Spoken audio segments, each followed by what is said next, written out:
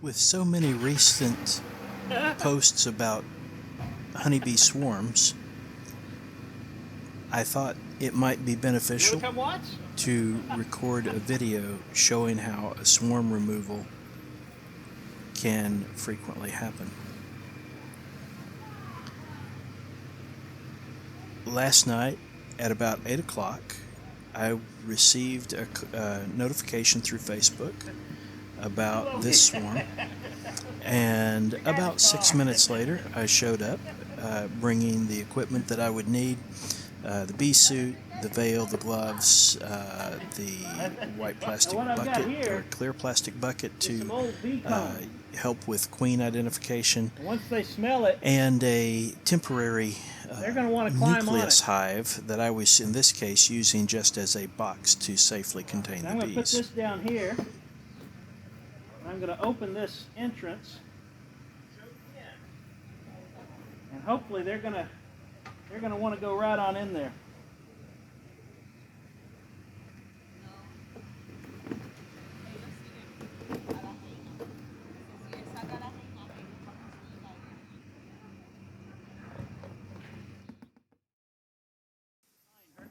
To get started, I held the transparent box Let the show begin. next to the tree and just shook off as many bees as I could get to fall in. And then took a moment to inspect to see if I had captured the queen. Not surprisingly, I did not see the queen.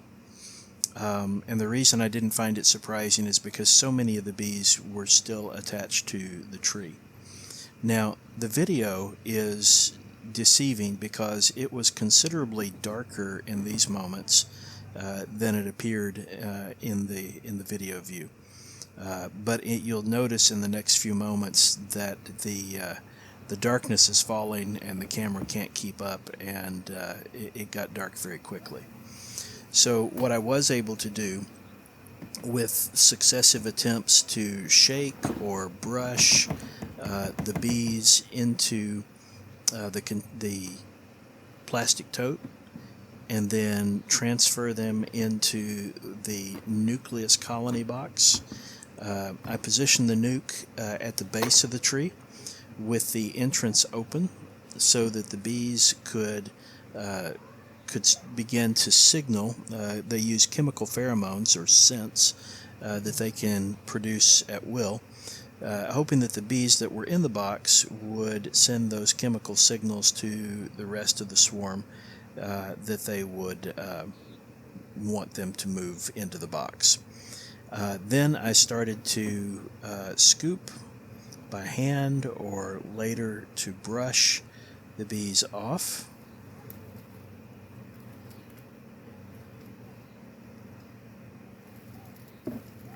Shaking them some more. There, that was a good shake.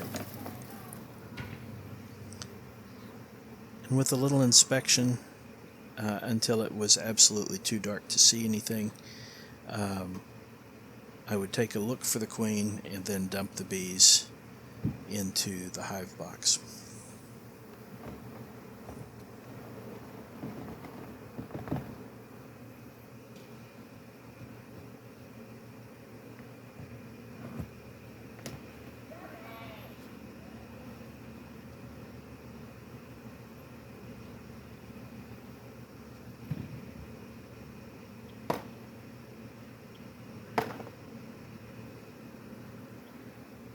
Now I tried brushing the bees,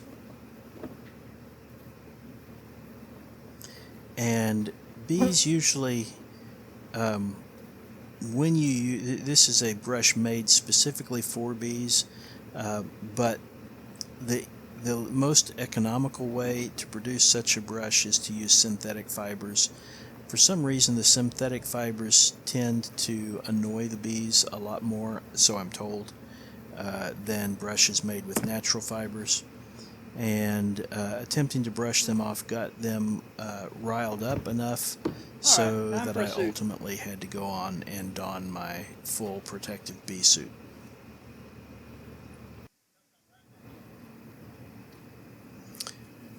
So after getting my protective suit on, and some conversation with the neighbors as I was doing that, you can see that darkness had fallen very rapidly. I was able to come back and try for a few more minutes brushing bees out of the tree into the tub and then transferring them ultimately into the hive. I also brought my smoker at this time because I noted that the bees were trying to climb higher and higher in the tree, and I was trying to use that to persuade them to move down instead, thinking if I could get them on the lower reaches of the trunk, then they might be more likely to smell the pheromones that the bees in the colony were emitting.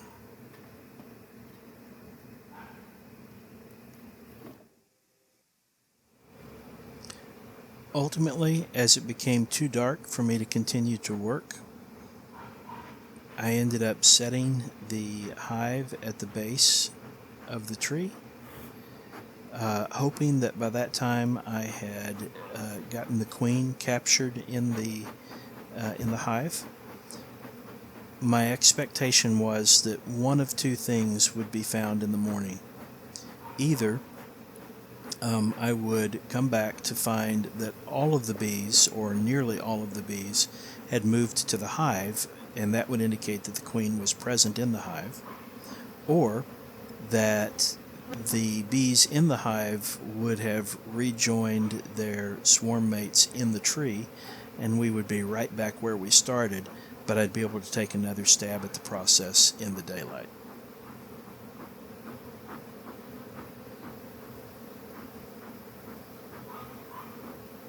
After applying some heavy smoke to the top of the tree, trying to move the bees downward, I ended my efforts for the evening, packed up my gear, and went home to await for the morning. So last night, there was a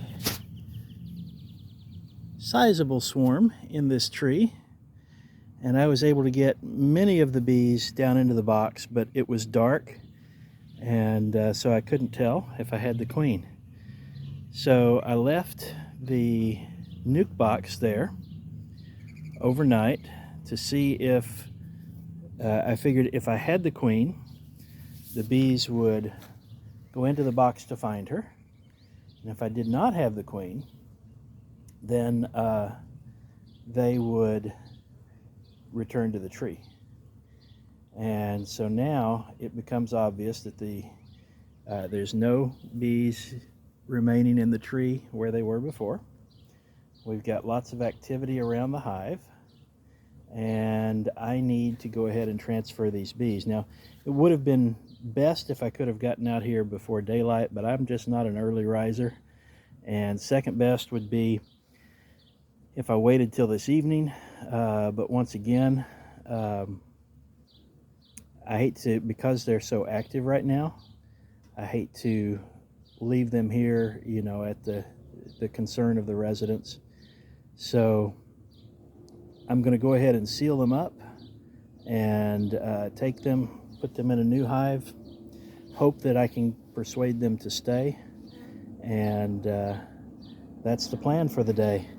They are active enough that I think I'm going to suit up for this.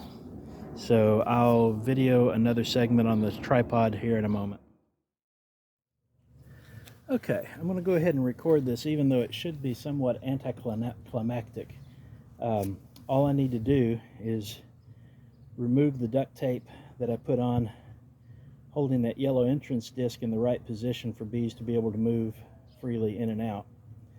I'm going to reposition the disc so that it's for ventilation only, then reapply the duct tape to hold it in that position until I get the box home.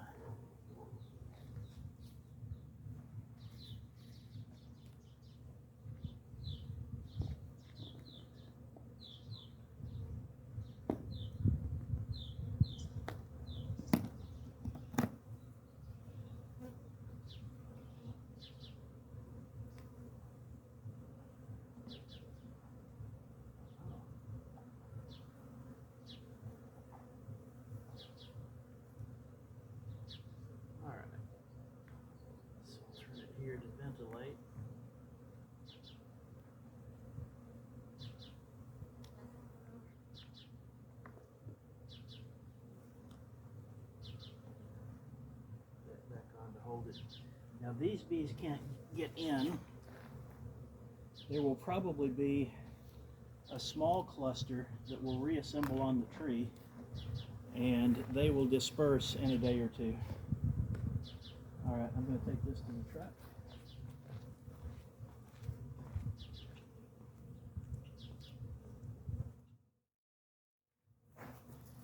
And then I'll go give them a nice home.